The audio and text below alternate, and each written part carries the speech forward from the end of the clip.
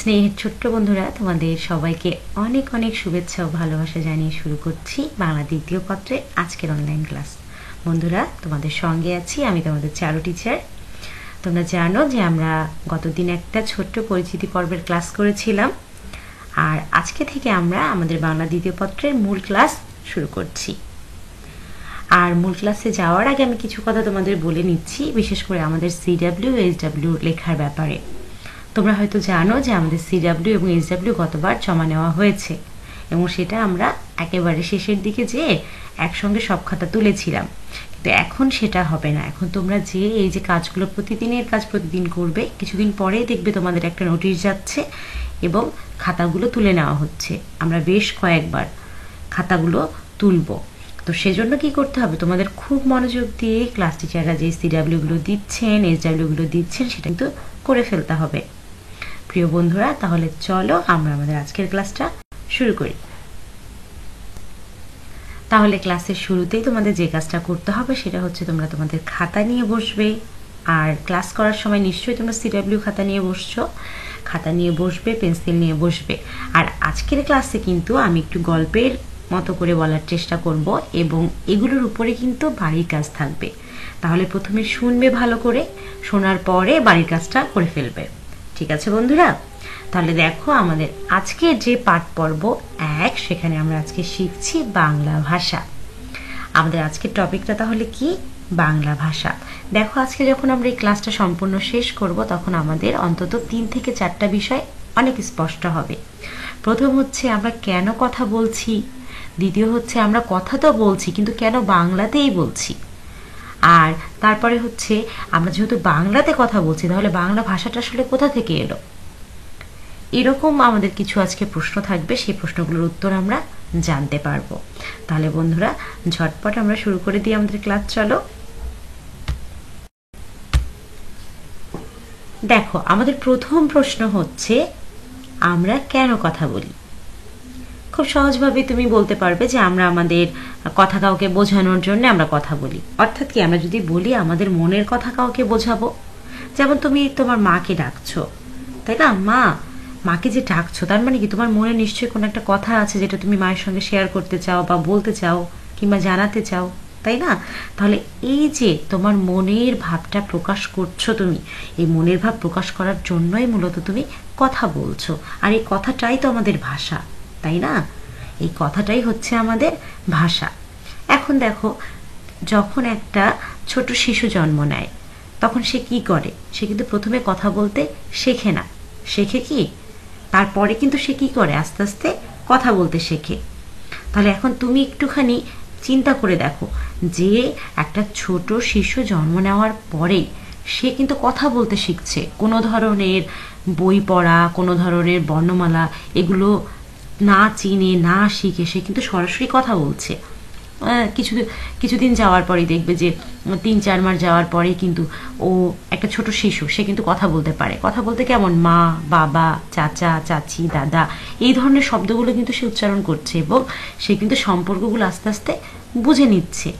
তো এই যে আমাদের একটা শক্তি, এটা একটা সৃষ্টিকর্তা প্রদত্ত শক্তি বলি, বা আমরা বলি যে এটা আমাদের একটা যে ভিতরকার একটা অনুভূতি, যে আমরা জন্মের পরে আস্তে আস্তে শিখে যাচ্ছি যে আমাদের সম্পর্কগুলো কি, বা আমাদের ক্ষুধা লাগলে আমরা খাবো বলছি, বা যে কোনোভাবে আমরা কিন্তু আকার ইঙ্গিতে বোঝানোর চেষ্টা করছি, এরকম না?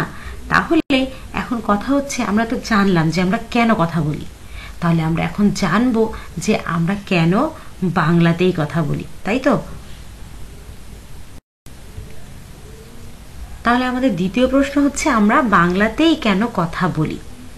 অর্থাৎ আমরা ইংরেজিতে কথা বলতে পারতাম, চীনা ভাষায় কথা বলতে পারতাম, বা যে কোনো, তাই না, যে কোনো অন্য কোনো ভাষায় কথা বলতে পারতাম, কিন্তু কেন আমরা বাংলাতেই কথা বলছি? আচ্ছা, এখন দেখো, একটু আগে যে বললাম একটা শিশু জন্ম নেওয়ার পর সে কিন্তু আস্তে আস্তে কি মা, বাবা এগুলো বলতে শিখছে।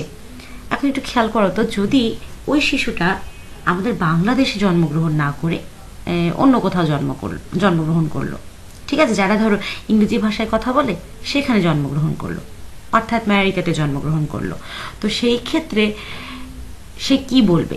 মা বলে ডাকবে নিশ্চয়ই মা বলে ডাকবে না, তাই না? তার পরিবার থেকে যে শিক্ষাটা দেওয়া হবে, যে ভাষায় কথা বলা হবে সেটা। তার মানে এরকম দাঁড়াচ্ছে না যে একটা শিশু জন্মের পরে তার পরিবার থেকে কিন্তু মানে ভাষা শিক্ষার যে মূল মানে শিখনটা সেটা শিখছে। তুমি তো যখন তোমার জন্ম হয়েছে তুমি কিন্তু বাবাকে দেখে বাবা বলতে শিখছো, মা বলতে শিখছো। তার মানে কি তোমার মা বারবার বলছে মা মা মা, আবার এটা বলছে বাবা দাদা, এই যে বলছে তুমি কিন্তু এগুলো কি করছো, শুনে শিখছো, তাই না? তুমি শুনে শিখছো। তার মানে কি আমরা পরিবার থেকে বা পরিবারের আশপাশ থেকে বা বাবা মার কাছ থেকে যে ভাষাটা মূলত শিখি সেই ভাষাতেই কিন্তু আমরা কথা বলি, তাই না? এমনটি হচ্ছে না? আর এই জন্যেই কিন্তু আমাদের বলা হয় মাতৃভাষার, তাই না, বাংলা। এরকম কিন্তু প্রত্যেক ভাষারই কি রয়েছে, তাদের মাতৃভাষা রয়েছে। প্রত্যেক ভাষাভাষীদেরই কি রয়েছে, মাতৃভাষা রয়েছে। অর্থাৎ কি মায়ের, আমরা যদি এই কথাটাকেই ভেঙে বলি যে মায়ের কাছ থেকে আমরা যে ভাষা শিখি সেটা হচ্ছে মাতৃভাষা, তাই তো? এরকম আবার এটাকে তুমি যদি একটু সুন্দর করে গুছিয়ে বলো তাহলে কি হবে বলো তো? তাহলে কি হবে যে একটা শিশু জন্মের পর থেকে মানে যে ভাষায় কথা বলতে শেখে সেটাই হচ্ছে তার মাতৃভাষা। আর আমাদের মাতৃভাষার নাম কি? নিশ্চয়ই বাংলা। আর এই কারণে আমরা কিসে কথা বলছি? বাংলাতেই কথা বলছি। এখন এর পরে আমাদের একটা মজার প্রশ্ন আছে, চলো আগে প্রশ্নটা দেখে নিই। বাংলা ভাষার উদ্ভব ও বিকাশ কিভাবে হলো? প্রশ্নটা কি? বাংলা ভাষার উদ্ভব ও বিকাশ কিভাবে হলো? আগে কথাটা বুঝতে হবে আমাদের। উদ্ভব মানে কি, এটা কিভাবে কি হলো, এর জন্ম হলো, তাই না? বাংলা ভাষাটার জন্ম কিভাবে হলো। দ্বিতীয় বলা হচ্ছে বিকাশ কিভাবে হলো। তার মানে কি এটা কিভাবে আজকে যে আমরা বাংলা ভাষায় কথা বলছি, আমাদের যে কি সুন্দর ঝকঝকে চকচকে কি আছে, আমাদের বর্ণমালা রয়েছে না, আমাদের 50টি কি রয়েছে, বর্ণ রয়েছে, তো সেইগুলো আমরা কিভাবে পেলাম? এটা কি একেবারে বাংলা ভাষা যখন শুরু হয়েছে, তার যাত্রাপথ শুরু করেছে তখন থেকে কি হলো? আচ্ছা, সেই আলোচনায় আমরা আজকে করবো একটু ছোট্ট গল্পের মাধ্যমে। আমি আশা করি তোমরা এটা শুনবে এবং এটা শোনার পরে কিন্তু তোমাদের এখান থেকে কিছু প্রশ্ন করা হবে, আর সেই প্রশ্নগুলোই কিন্তু আজকে থাকবে বাড়ির কাজ হিসাবে। তাহলে চলো সবার প্রথমে আমরা একটা ছবি দেখে নিই। বলো তো আমরা ছবিতে কি দেখতে পাচ্ছি? আমরা দেখতে পাচ্ছি আদিম যুগের জীবনযাত্রা, তাই না? যেটা আমাদের এখনকার জীবনযাত্রার সঙ্গে মিলে না। দেখো তখন কিন্তু মানুষ গুহায় বসবাস করত, গাছের বাকল চামড়া এসব দিয়ে কিন্তু তারা কি করত, পোশাক বানিয়ে পরতো। আমাদের মতো এখন এই যে উন্নত জীবনযাপন, এখানে তারাই কিন্তু আমাদের এই জীবনে পৌঁছে দিয়েছে। তাহলে তারা কত সংগ্রাম করেছে প্রকৃতির সঙ্গে, তাই না? দেখো তাদের কিন্তু ওইরকম খাবার ছিল না, আমরা যে এখন কত ভালো ভালো খাবার খাই, এই ধরনের খাবার নাম তারা জানতোই না। তারা ফল খেত, তাই না? গাছের ফলমূল খেয়ে কিন্তু তারা তাদের জীবনযাপন করত। তো তাদেরও কিন্তু মনের কথা প্রকাশ করতে হতো একজন আরেকজনের সাথে। তখন তো ভাষা ছিল না, তখন কিন্তু তারা ছবি এঁকে বিভিন্নভাবে বিভিন্ন কিছু দিয়ে বুঝিয়ে কিন্তু তারা কথা বলতো। তো এরপরে আমরা এখন যে গল্পটা বলবো সেই গল্পটা মূলত আজ থেকে 5000 বছর আগে। দেখো এখন তোমরা একটা কিন্তু পর্বত দেখতে পাচ্ছ, ঠিক একটু আগে ছবিতে তোমরা দেখলে কি গুহার কাছে লোকজন বসবাস করছে। তো এই পর্বতের কাছেও কিন্তু অনেক লোকজন বসবাস করত এবং তারা আস্তে আস্তে এক ধরনের কি ভাষার আবিষ্কার করে ফেলেছিল। ভাষার আবিষ্কার মানে কি, তারা আস্তে আস্তে কথা বলার যে প্রক্রিয়াটা তারা কিন্তু এটা শিখে গিয়েছিল এবং তাদের জীবনযাপন অন্যদের থেকে অনেক আধুনিক ছিল। আর এখানে যখন অনেক লোকজন হয়ে গেল আস্তে আস্তে, তারা কি করলো, দেশের বা বিশ্বের বিভিন্ন জায়গায় ছড়িয়ে পড়তে লাগলো। আর একটা কথা বলে রাখি, এখানে যেই ভাষার আলোকে কথা বলা হতো, অর্থাৎ যে ভাষা বংশের আলোকে কথা বলা হতো সেটা ছিল ইন্দো ইউরোপীয় ভাষা। ইন্দো মানে কি? ইন্দো মানে হচ্ছে যে ভারত, অর্থাৎ ভারতবর্ষের কথা বলা হচ্ছে। আর অন্যদিকে ইউরোপ মানে তো আমরা ইউরোপ বুঝছি। তো এখন ছড়িয়ে যাওয়ার ফলে কি হলো চলো দেখি। তাদের একটা ভাগ বা একটা দল ধরো ভারতবর্ষে চলে আসলো। আর ভারতবর্ষ মানে কিন্তু এখন যে তুমি ভারত দেখছো বা ইন্ডিয়াকে জানো এটা না, ঠিক আছে? তখন ছিল অবিভক্ত ভারত। তার মানে তখন সেটা ছিল একটা উপমহাদেশ, অনেকগুলো দেশ নিয়ে একটা ছিল ভারত উপমহাদেশ। তো ইন্দো ইউরোপীয় শাখারই কি হলো, একটা অংশ আমাদের ভারতের দিকে চলে আসলো। আসার পরে স্বাভাবিকভাবেই কি হবে, এদের শিক্ষা সংস্কৃতি, বা তখন তো শিক্ষা এরকম আসেনি, কিন্তু এদের সংস্কৃতি অর্থাৎ তাদের খাবার, তাদের চলাফেরা, তাদের বিভিন্ন রিচুয়াল, এগুলোর সঙ্গে মিশে কি ভাষা একটু মূল ভাষার থেকে কি হয়ে গেল, অন্যরকম হয়ে গেল। কারণ স্বাভাবিক, আমরা জানি একটা জায়গা থেকে আরেকটা জায়গা যখন যায় সেটা এমনিতেই পরিবর্তিত হয়ে যায়। আর এই মানুষগুলোই কিন্তু ভাষা বহন করে নিয়ে যাচ্ছে, তাই না? ভাষা কিন্তু একা একা হেঁটে হেঁটে যেতে পারছে না। আমরা যেমন একটু আগে বলেছি যে প্রথম চিত্রে সবাই কি প্রতীকের মাধ্যমে হয়তো বোঝাচ্ছে, কিন্তু দ্বিতীয়বার যখন আমরা পাহাড়ের চিত্র দেখলাম তখন দেখলাম কি ওইখানের অংশের মানুষরা কি ছিল, তারা একটু বেশি আধুনিক ছিল ওই সময়ের তুলনায়, এবং তারা একটা ভাষা অলরেডি আবিষ্কার করে ফেলেছে এবং সেই ভাষায় সবাই কথা বলছে। আর যখন ওই ভাষাভাষীরা বিভিন্ন জায়গায় ছড়িয়ে যাচ্ছে, সেই ভাষাটা আরও কি করছে, আরও বিশ্বময় ছড়িয়ে যাচ্ছে। সেরকমই ওই একদল মানুষও কিন্তু কি হলো, এই ভারতবর্ষের দিকে আসলো। স্বাভাবিকভাবে এখানে এসে সেই ভাষার পরিবর্তন হবে, তাই না? এখন দেখো এখানে তোমরা দেখতে পাচ্ছ যে আমাদের এই অঞ্চলের মানুষরা, আমি ছবিটা জাস্ট তোমাদেরকে একটু দেখানোর জন্য রেখেছি যে তোমরা প্রথম ছবিতে দেখলে কি ধরনের মানুষ আর এখন দেখছো, তাই না? এখন দেখো তারা একটু ঘর বাড়িও করে ফেলতে পেরেছে, তারপরে দেখো তাদের বাসস্থানও দেখো দেখে মনে হচ্ছে চেঞ্জ হয়েছে, তাই না? পোশাক আশাক চেঞ্জ হয়েছে, এই যে হাঁড়ি পাতিল, একটু দেখে মনে হচ্ছে না আমাদের এই দেশের সংস্কৃতির মতো লাগছে, তাই না? ঘর বাড়িগুলো বা তাদের পোশাক আশাকগুলো দেখে। তো হ্যাঁ বন্ধুরা, কেবল যে ভাষা পরিবর্তন হয়েছে তা না, আস্তে আস্তে তাদের সব কি জীবনযাত্রাও পরিবর্তন হচ্ছে। এখন আমরা আমাদের যে আলোচনা সেটার আমরা একটু গভীরে প্রবেশ করব। গভীরে মানে তোমাদের কাছে একটু কঠিন লাগতে পারে, কিন্তু তোমরা একটু গল্পটা মনোযোগ দিয়ে শুনবে, তাহলে দেখবে তোমাদের কাছে ক্লিয়ার হচ্ছে।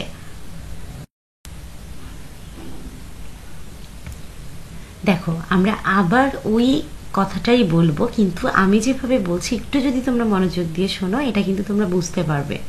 আমরা জানি যে আমাদের এই বিষয়টা বইয়ের শুরুতে দেওয়া নেই, কিন্তু বাংলা ভাষার উৎপত্তি এবং বিকাশ তোমাদের কিন্তু জানা উচিত।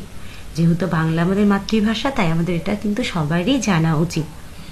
দেখো, ইন্দো ইউরোপীয়, আমরা প্রথমে লিখেছি কি ইন্দো ইউরোপীয়, যেটা আমরা বলছি আজ থেকে কি, মানে আজ থেকে না, খ্রিস্টপূর্বাব্দ 5000 বছর আগের কথা বলছি। তার মানে কি যীশু খ্রিস্টের জন্ম যখন হলো তখন থেকেই তো আমরা খ্রিস্টাব্দ শুরু হয়েছে গণনা, তাই না? তার থেকেও 5000 বছর পূর্বের কথা বলা হচ্ছে।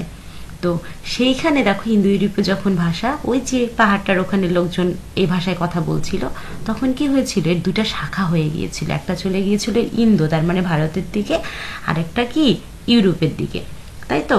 আচ্ছা, তো ইউরোপের দিকে যেটা চলে গিয়েছিল সেখান থেকে কিন্তু ইংরেজ ভাষা, জার্মান ভাষা, ইতালীয় ভাষা, এই ধরনের ভাষাগুলো কিন্তু কি হয়েছিল, কেন্তম শাখার লোকজন বলতো, কথা বলতো। আর শতম শাখার লোকজন যেটা আমাদের দিকে চলে আসলো, সে তারা কোন ভাষায় কথা বলতো বলো তো? ভারত অঞ্চলের লোকজন সেই শাখার ভারতীয় ভাষায় কথা বলতো। তাছাড়া এখানে কিন্তু মিশরীয় ভাষায় কথা বলতো, ইরানীয় ভাষায় কথা বলতো, যেহেতু এই শাখায় তারা এই শাখার অধিবাসী ছিল। এরপরে কি হলো দেখো, যারা ভারতীয় ভাষায় কথা বলতো সেখানে আর্য নামের একটা জাতি আসলো। আর্য নামের একটা জাতি আসার পরে ভারতীয়দের সঙ্গে মিশে তারা ভারতীয় আর্য ভাষায় কথা বলতো, ঠিক আছে? এরপরে আস্তে আস্তে যখন ভারতীয় আর্য ভাষায় সবাই কথা বললো, সেটা আস্তে আস্তে কি হয়ে গেল জানো, কেউ মুখের ভাষায় কথা বলছে, কেউ লিখছে। এখন যেমন আমরা লিখি, তাই না? আমাদের লেখার ভাষা কিন্তু একরকম হয়, আর মুখের ভাষা কিন্তু কি হয়, অন্যরকম হয়। অনেকে কিন্তু আমরা আঞ্চলিক ভাষায়ও কথা বলি, তাই না? এরকম বলি না, কিন্তু লেখার সময় কিন্তু আমরা কেউই আঞ্চলিক ভাষায় লিখছি না। সেরকম সংস্কৃত যে ভাষাটা সেটা ছিল লেখার ভাষা, আর যে প্রাকৃত ভাষা যেটা, সেটা সাধারণ মানুষ কথা বলতো। এখন সংস্কৃত যেহেতু লেখার ভাষা ছিল, আরেকটু কথা বলে রাখি, সংস্কৃত ভাষায় কারা লিখতো জানো? মানে একেবারে তোমার অভিজাত শ্রেণী যেটাকে আমরা বলি, উচ্চ শ্রেণীর মানুষেরা ওইটাই লিখতো এবং তারা জানতো। যেহেতু সাধারণ মানুষের সংখ্যা বেশি ছিল, বা সাধারণ মানুষ যে ভাষায় কথা বলতো, সেটার কিন্তু পরিবর্তনের জন্য দ্রুত হয়ে গেল। ওই ভাষাটার আর কি হলো না, পরিবর্তন হলো না। যেখানে ভাষা পরিবর্তন না হবে সেখানে কিন্তু তার গতি থেমে যাবে, তাই না? তুমি দেখবে কোনো গতিশীল জিনিসই তো আগাতে পারে, কোনো স্থির জিনিস আগাতে পারে বলো তো? পারে না। কিন্তু খেয়াল করে দেখো, একটা পাথর, পাথর তুমি রেখে দাও সেটা কিন্তু আগাচ্ছে না, কিন্তু তুমি পানি ঢেলে দাও সে কিন্তু গতির সঙ্গে চলে যাচ্ছে। ভাষাটাও কিন্তু একটা এরকম নদীর মতো, যে যখন যাচ্ছে সে তার পরিবর্তন করতে করতেই যাবে, তাহলে কি হলো, যে সাধারণ মানুষ এই জন্য প্রাকৃত বলা হচ্ছে, সাধারণ মানুষ যে ভাষায় কথা বলতো তাকে কিন্তু কি বলা হয়, প্রাকৃত ভাষা বলা হচ্ছে। সেই ভাষায় থেকে আবার পরিবর্তন হলো কি গৌড়ীয় অঞ্চল, মানে গৌড় অঞ্চলের লোকজন যে প্রাকৃত ভাষায় কথা বলতো সেটাকে বলা হতো গৌড়ীয় প্রাকৃত। ঠিক আছে, সেখান থেকে একটা বিকৃত হয়ে গেল ভাষাটা আস্তে আস্তে। এত দূর যেহেতু ভাষা এসেছে এ পর্যন্ত, তখন কি হয়ে গেল, বিকৃত হয়ে গেল। বিকৃত হওয়ার পরে আরেকটা রূপ গ্রহণ করলো ভাষা। কি ভাষা রূপ গ্রহণ করলো ওই ভাষাটা, গৌড়ীয় প্রাকৃতটা কি হলো, বঙ্গ কামরূপী হয়ে গেল। তার যে বিকৃত রূপ অপভ্রংশ ছিল সেটা কিন্তু বঙ্গ কামরূপী হয়ে গেল। আর এই বঙ্গ কামরূপী থেকেই কিন্তু সরাসরি আমাদের বাংলা ভাষার উদ্ভব হয়েছে, সরাসরি বাংলা ভাষার উদ্ভব হয়েছে। আমি আর একটু শর্টে তোমাদের বোঝানোর চেষ্টা করছি, তোমাদের কাছে শব্দগুলো অনেক কঠিন মনে হতে পারে, কিন্তু আমি মনে করি যে তোমাদের এটা জানা উচিত। দেখো, প্রথমে কি হলো, ইন্দো ইউরোপীয় একটা ভাষা বংশ ছিল, সেখান থেকে দুইটা ভাগ হয়ে গেল। একটা আসলো ভারতের দিকে, আরেকটা ইউরোপের দিকে, তাই তো? ভারতের দিকে যেটা আসলো, অর্থাৎ আমরা যারা ভারতবর্ষে আছি, আমরা কি করলাম, তার সাথে আরও একটা জাতি আসলো, আর্য জাতি, সেটাতে আমরা ভারতীয় আর্যতে কথা বললাম, তাই না? এবং তখন দুইটা ভাগ, একটা কথা বলার ভাগ সেটা হচ্ছে প্রাকৃত, আর একটা লেখার ভাগ সেটা হচ্ছে সংস্কৃত, তাই না? সংস্কৃত যেহেতু লেখার ছিল, সেখানে সাধারণ মানুষ লিখতে পারতো না ওই ভাষায়, এই জন্য ওটার গতি ওখানে থেমে গেল, অর্থাৎ ওই ভাষাটা আর কি করেনি, বিকাশ লাভ করেনি। এরপরে সাধারণ মানুষ যে ভাষায় কথা বলতো সেটা পরিবর্তন হলো কোথায় গিয়ে, গৌড় অঞ্চলে। গৌড় অঞ্চলের প্রাকৃত একটু অন্যরকম ছিল, তাই না? এবার ওই প্রাকৃতটা কি হলো, বিকৃত রূপ হয়ে গেল। মানে দিন যত যায় তত পরিবর্তন হয়, আস্তে আস্তে গৌড়ীয় প্রাকৃতটা ধরো কি হয়ে গেল, একটা বিকৃত রূপ হয়ে গেল, যেটার নাম হলো কি অপভ্রংশ। আর এখান থেকে আরেকটা ভাষার জন্ম নিল, সে ভাষাটার নাম কি, সেটা হচ্ছে বঙ্গ কামরূপী। অর্থাৎ কি, ওই ভাষায় মানুষ কথা বলতে শুরু করলো আবার। তো এই বঙ্গ কামরূপী থেকেই কিন্তু বাংলা ভাষার সরাসরি উদ্ভব। আমরা তাহলে একটু হলেও জানলাম। আচ্ছা, এখন দেখো, যদি বলা হয় যে কোন ভাষা বংশ থেকে বাংলা ভাষার জন্ম, তাহলে তোমরা খুব সহজে কি বলবে, ইন্দো ইউরোপীয় ভাষা থেকে বাংলা ভাষার জন্ম, তাই না? ইন্দো ইউরোপীয় যে ভাষা বংশ থেকে, আমি দুঃখিত, যখন ভাষা বংশের কথা বলবে তাহলে অবশ্যই হবে কি ইন্দো ইউরোপীয়। আর যদি বলে কোন শাখা থেকে, তাহলে তুমি কি বলবে, শতম শাখা থেকে, তাই না? যদি তোমাকে ভাষা বংশ বলা হয় তাহলে তুমি কি বলবে, ইন্দো ইউরোপীয় ভাষা বংশ। আর যদি বলা হয় কি কোন শাখা, তাহলে কি বলবে, তুমি বলবে শতম শাখা। ঠিক আছে? আর সরাসরি আমাদের কি বঙ্গকামরূপী থেকেই বাংলা ভাষার জন্ম।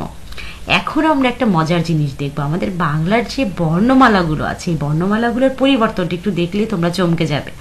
যে এখন তুমি যে স্বরে অ, স্বরে আ বা ক খ পড়ছো, আগে এটা কি ছিল বা কিভাবে যে পরিবর্তন হলো।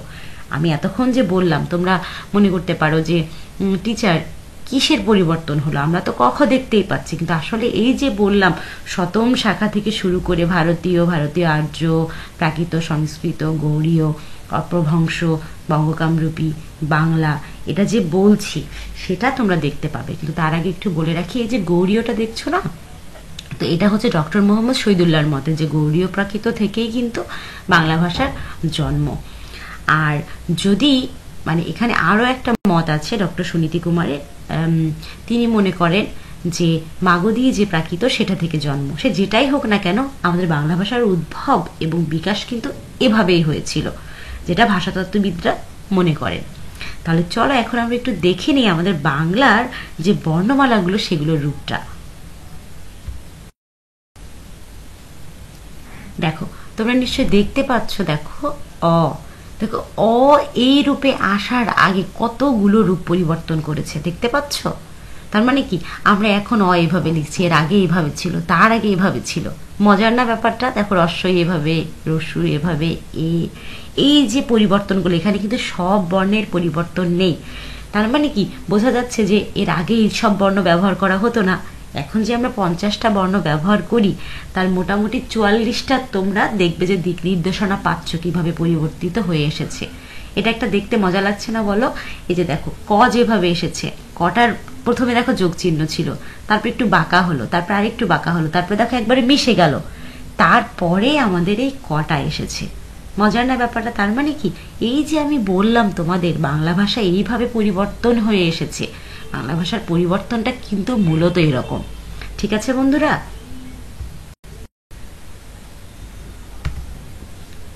বাড়ির কাজ যে এক, এটা কিন্তু তোমাদের হোমওয়ার্কের খাতাতেই লিখতে হবে।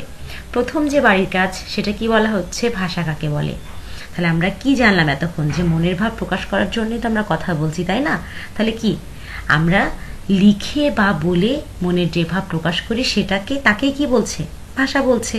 আচ্ছা, আবার তুমি এটাও লিখতে পারো যে ধ্বনি বা ধ্বনি সমষ্টির সাহায্যে মানুষ মনের ভাব প্রকাশ করে, তাকে ভাষা বলে। একই কথা। তবে এক্ষেত্রে মনে রাখবে যে আমরা কথাগুলো বলি, তাই না, আমরা যে কথাগুলো বলছি সেটা কিন্তু যখন আমরা ক, খ, গ বা যে কোনো বাক্যই উচ্চারণ করছি, সেটা কিন্তু আমাদের কি দেখবে, খেয়াল করবে আমাদের উচ্চারণের সময় আমাদের ঠোঁট, আমাদের জিহ্বা, তাই না, আমাদের এই যে কণ্ঠ, যেটাকে আমরা বলি কণ্ঠনালী, এই যে এখান দিয়ে কথাটা বের হয়, আবার আমাদের ফুসফুস, এই জাতীয় অঙ্গ প্রত্যঙ্গগুলো কিন্তু আমাদের ভাষা বলতে সাহায্য করে। এই জন্য এগুলোকে বাকযন্ত্র বলা হয়। তোমরা অনেকে এরকমও হয়তো লিখতে পারো যে বাকযন্ত্রের সাহায্যে কি উচ্চারিত যে ধ্বনি সমষ্টি, সেগুলোকেই ভাষা বলে। তো তোমার ইচ্ছে ভাষা কাকে বলে, তুমি এটার সংজ্ঞার্থ তুমি এইগুলোর যে কোনো একটা দিতে পারো, কোনো অসুবিধা না। নেক্সট দিন আমি তোমাদেরকে তোমরা তোমাদের বই যেটা আছে নির্দিষ্টভাবে সেটাও ব্যবহার করতে পারো, তাতেও কোনো অসুবিধা নেই। আচ্ছা, আর নেক্সট দিন তো আমরা এই যে বাড়ির কাজ নিয়ে আলোচনা আবার করব। মাতৃভাষা কাকে বলে এটা আমি বলেছি। আমাদের মাতৃভাষার নাম কি তোমরা জানো? আচ্ছা, কোন ভাষা বংশ থেকে বাংলা ভাষা জন্মলাভ করেছে এটাও কিন্তু আমি আলোচনাতে বলেছি। কোন ভাষা বংশ থেকে? আচ্ছা, প্রাকৃত ভাষা কি এটাও কিন্তু আমি আলোচনাতে বলেছি, তাই না? যখন আমি আলোচনা করেছি ওই ছক আকারে যেটা ছিল, সেখানে কিন্তু আমি স্পষ্ট করে এটা বলে দিয়েছি। তাহলে ক্লাসটা করবে, করার পরে কিন্তু এই প্রশ্নগুলোর উত্তর লিখতে হবে। আমি আবারও বলছি, তোমাদের কিন্তু বাড়ির কাজ জমা দিতে হবে। এই জন্য প্রত্যেকটা বাড়ির কাজের ডেট এবং যে নম্বরটা সেটা দিয়ে রাখবে। ছোট বন্ধুরা, যদি আমরা সবসময় পরিষ্কার থাকি তবেই কিন্তু আমরা জীবাণুকে আমাদের থেকে দূরে রাখতে পারবো। তাহলে সবাই নিজের যত্ন নেবে আর পড়ালেখাটা ঠিকঠাক মতো করবে। সবাইকে ধন্যবাদ জানিয়ে আজকের ক্লাস এখানেই শেষ করছি।